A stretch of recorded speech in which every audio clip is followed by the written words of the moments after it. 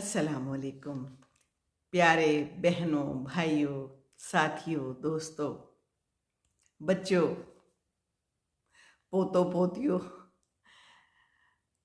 मैं इस वक्त बड़े अरसे बाद कोई वीडियो बना रही हूँ और मैं इस वक्त अपने अम्मी अब्बू के कमरे में बैठी हुई हूँ।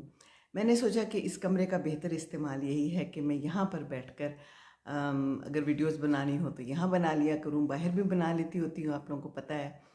तो एक तो ये बात, दूसरा ये कि आप लोगों का बहुत बहुत शुक्रिया। आप लोगों ने मुझे खड़ा होने में बहुत मदद की, अगरचे अभी भी मैं उस तरह से पूरी तरह खड़ी नहीं हुई हूँ और मैं बड़ी मुश्किल से हिम्मत करके इस वक्त आप लोगों के सामने आई हूँ, क्योंकि अब्बू के जाने के बाद दिल जो है ना बिल्कुल ऐसा है जैसे कि मर गया है, बुझ गया है और ये रहना है, अब ये ठीक नहीं होना।